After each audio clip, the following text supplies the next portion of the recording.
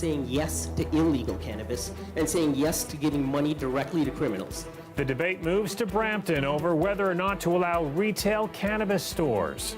And there are 60 million reasons for this group of auto workers to celebrate a big winning ticket. Good evening, I'm Mike Wise. At least 6 teenagers were arrested this afternoon and several weapons recovered after a chase led to a lockdown at Bishop Redding Secondary School in Milton. 2 other schools were also put on alert. Talia Ricci has the details. Students at Bishop Redding telling me today that initially when all of this was happening, they thought it was a drill, and when they realized it was serious, it was quite unsettling. All of this was the result of an incident that occurred behind this school. Police say they got a call for help. A group of people reporting they were being chased by a group of males with a gun. This was around 11:30. No one was injured, but police say they recovered a knife and 2 firearms, one of which turned out to be a replica unrelated to this incident, and the other was a pellet gun. Bishop Redding was placed on lockdown. Nearby elementary schools, Chris Hadfield and St. Peter's, were put on a lock and secure as a precaution. Students from Bishop Redding describing today's events as stressful and unusual. It was just a whole kind of panic at the beginning, and then afterwards, I'd say 20 minutes or so, we just went to a lockdown. And at that point, we were all shut down and we were all just lying down. When they went back onto the announcement and said, we actually have to put everyone into lockdown, please stay safe, everyone. That's when I knew things were kind of getting serious. We turned the lights off, closed all the blinds, sat near the back of the class, and then I got a text from my mom asking if everything was okay. And then that's when I knew everything was kind of serious because even my parents knew at that point, and it was pretty quick too. We heard a lot of gun rumors, and that was obviously scary. Police say staff and students at all 3 schools are safe. No word on charges, but we do know 6 males, all teens, remain in custody tonight. Students also told us today that the school was hosting a basketball tournament, but police don't believe that was related to this incident. Talia Ricci, CBC News, Milton. To a story we first brought you last night, Toronto police are investigating the city's 3rd homicide of 2019. An 18-year-old man was shot last night at a plaza near Islington Avenue and Elmhurst Drive. Now, we spoke to some people today who tried to help the man before paramedics arrived. Helped the lady on the phone that was doing chest compressions, helped roll him over and held his head, tried to get some response from him. Emergency crews were called to the scene just after 9 o'clock for reports of gunshots. That's when Asil Yahya was found lying on the ground.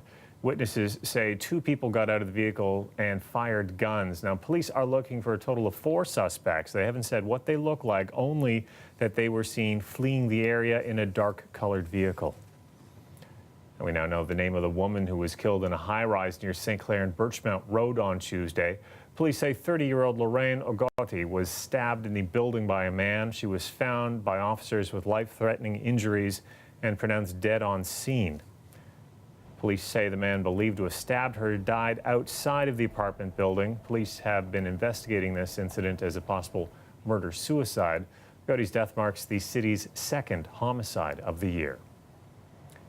And a 60-year-old man who was struck by a Mazda while riding a personal mobility device in Parkdale Monday night has died, making him the city's first pedestrian fatality of the year. This happened on Close Avenue and Queen Street West. Police say he was struck by a 65-year-old woman who was driving her car. He was taken to hospital with life-threatening injuries but died there yesterday. Police are now looking for anyone who may have dash cam video of the accident.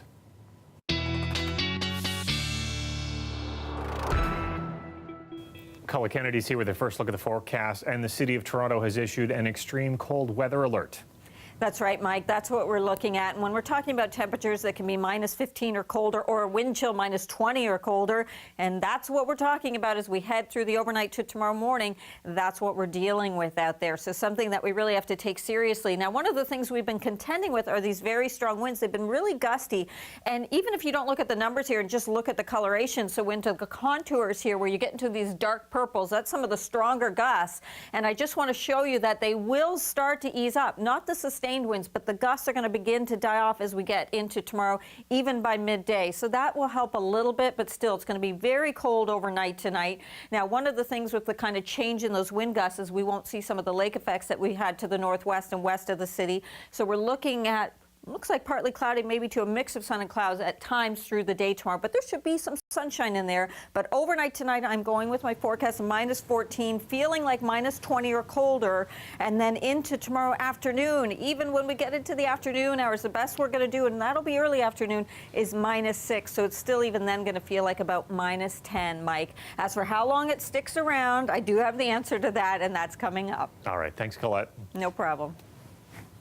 The draw for Ontario's first legalized brick-and-mortar cannabis stores is tomorrow, but some cities still haven't decided on whether they'll allow the retail stores to operate. Brampton is one of those cities. Tonight, it held a town hall to see what its citizens think. Natalie Nanowski has more. Young and old packed into a room, trying to figure out what it would mean if Brampton allowed cannabis stores within its boundaries. On the young brains, and it could damage, it could create increased accidents. Opting in could bring economic benefits to the city and reduce distribution through illegal channels.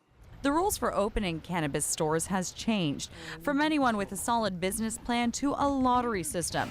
Tomorrow, the first 25 pot retail outlets will be drawn. We know Toronto will get 5 shops, but there's no set number for Brampton. It falls under the GTA. Ontario has allocated 6 shops for that region, but with a random draw, this hopeful business owner says Brampton could end up with none.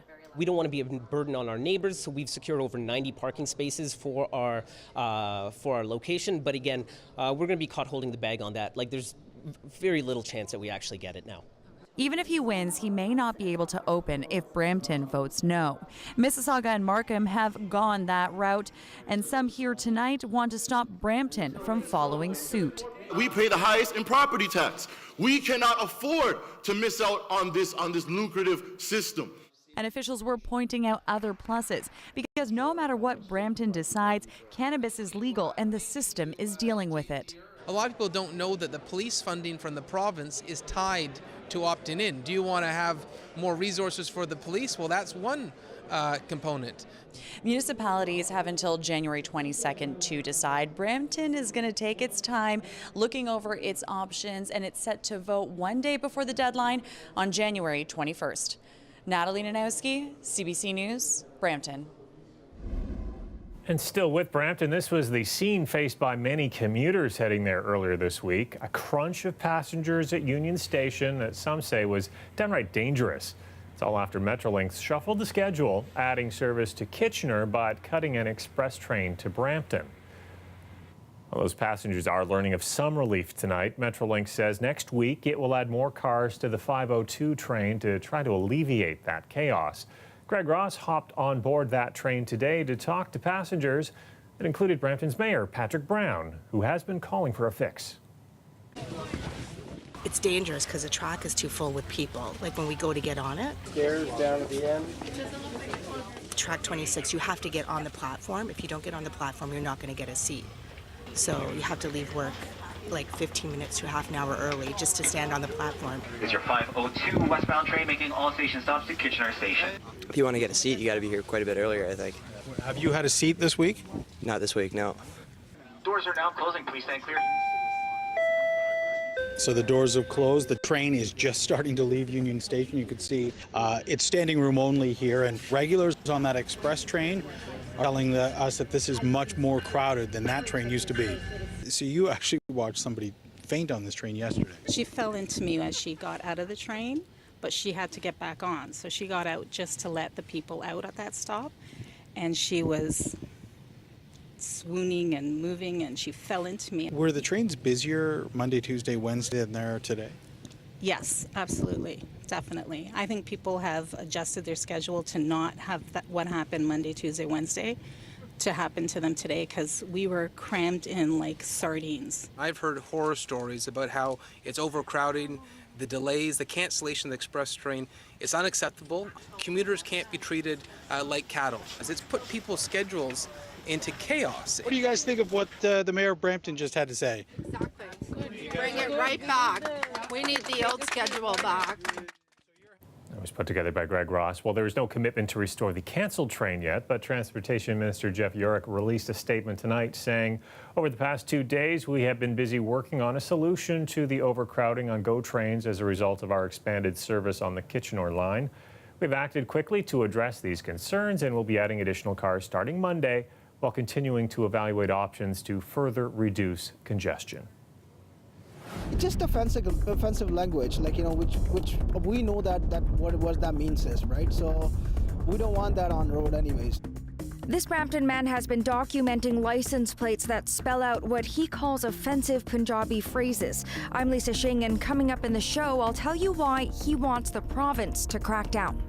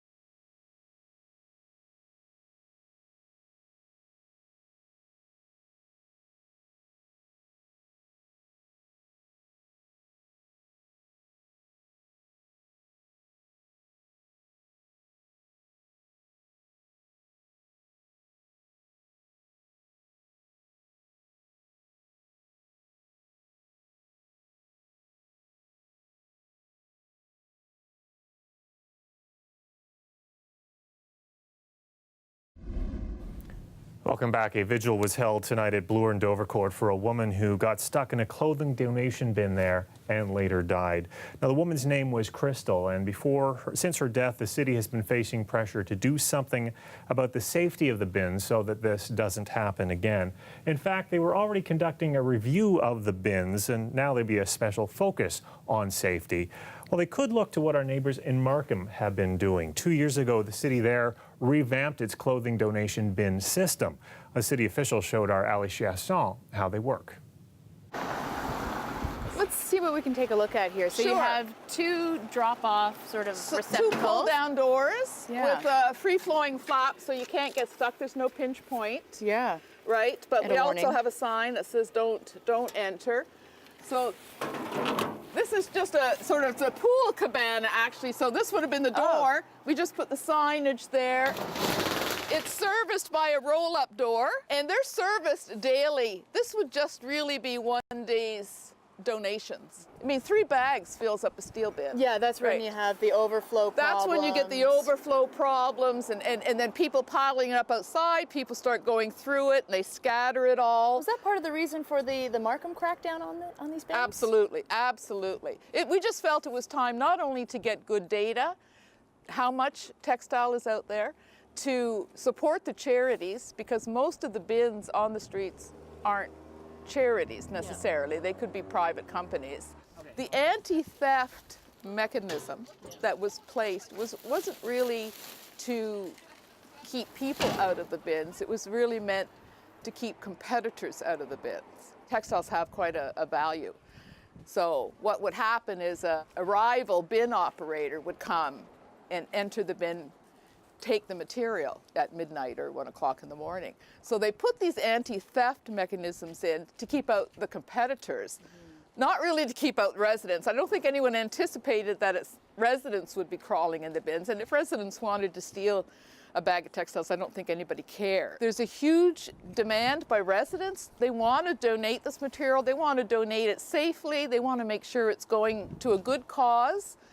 And so we always welcome anyone to contact us on how we did it and what our bylaw looks like, but we certainly encourage municipalities across on Canada to start a properly managed textile program. So what the City of Toronto does with their donation bins has yet to be seen. The review that they're currently under right now is set to wrap in the fall, but that could be expedited. In light of the recent deaths, of course, we know that 8 in total, the most recent one being right here at Bloor and Dovercourt, where Crystal died. That was Ali Chiasson reporting. Well, York Regional Police officers among 3 people injured after a collision on Highway 407 near Jane Street this morning. Now the province's Special Investigations Unit is investigating. A police cruiser was pulled over at the side of the highway when it was struck by another vehicle. One person suffered serious injuries and was transported to hospital. The officer suffered minor injuries. And Toronto City staff report is recommending that Richmond, Adelaide, Peter and Simcoe Street bike lanes be made permanent.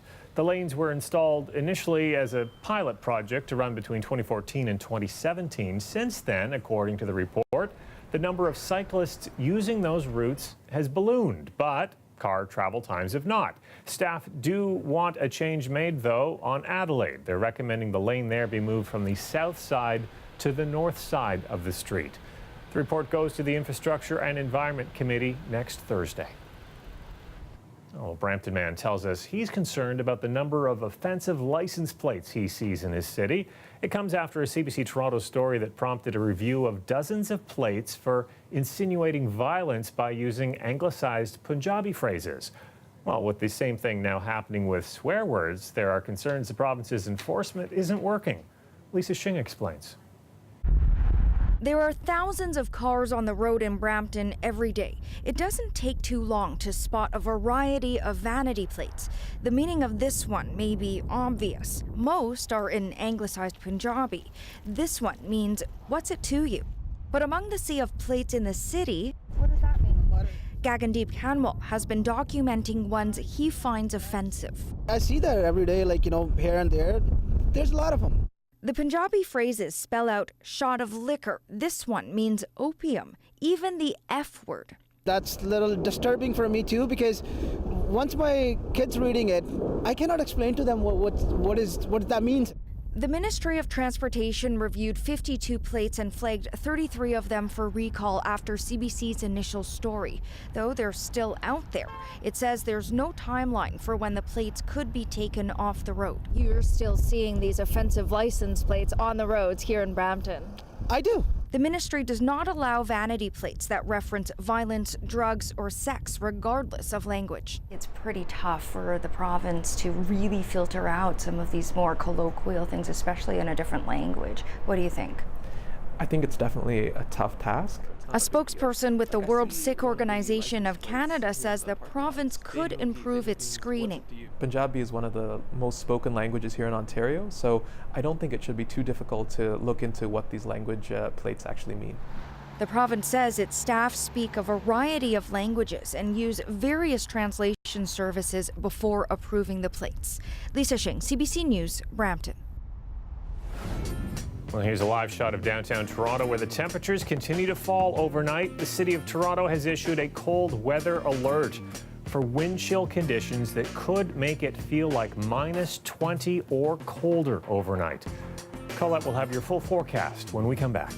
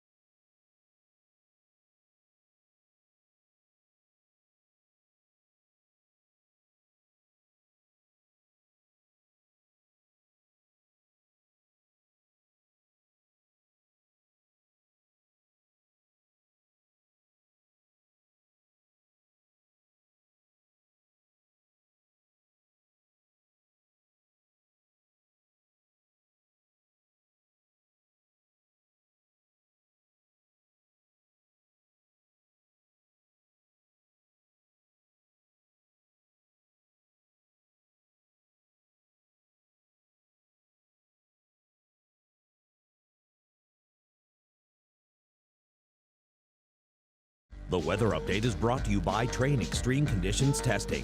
It's hard to stop a train, really hard. Train, the most reliable heating and cooling brand.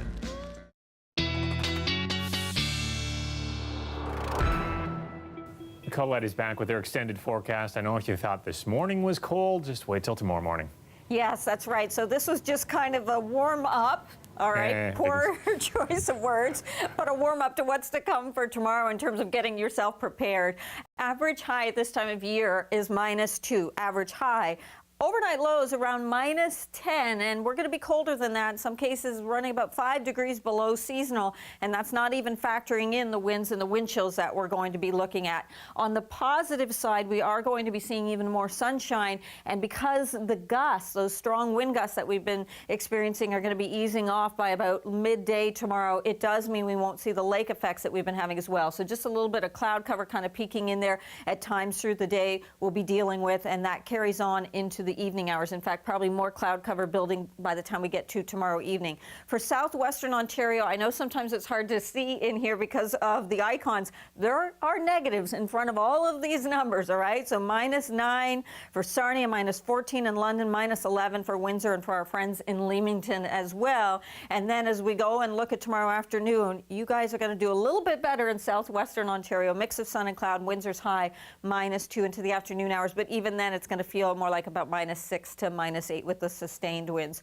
Overnight tonight, again, -15 for Markham. We're going to see that for Oshawa as well, -14 for Mississauga, and a little better St. Catharines at -11. Tomorrow morning, though, lots and lots of layers, toques, mitts, all of those things for the kids and for yourselves, because it will feel like -20, in some cases almost -23. Tomorrow afternoon, these are our high temperatures, so running below seasonal values for sure. At least we'll have those nice sky conditions, and we got to deal with this for a little bit. So this Arctic air that's moving in, it's going to settle in, make itself a little bit comfortable for a few days. That's why as we head into the weekend, we're still looking at those highs, definitely on the chilly side, a chance to see some flurry activity, maybe even a dusting of some light snow. It's a slim chance right now. I've put it in at 30%. That's for Saturday. More sun Sunday and Monday. And the other thing I hope you'll notice here, although the overnights are cold, as we get towards Monday and Tuesday, those temperatures will be coming back up. So just a few days to get through here, Mike. There is an end to this. Okay, thanks a lot, Colette. You're welcome.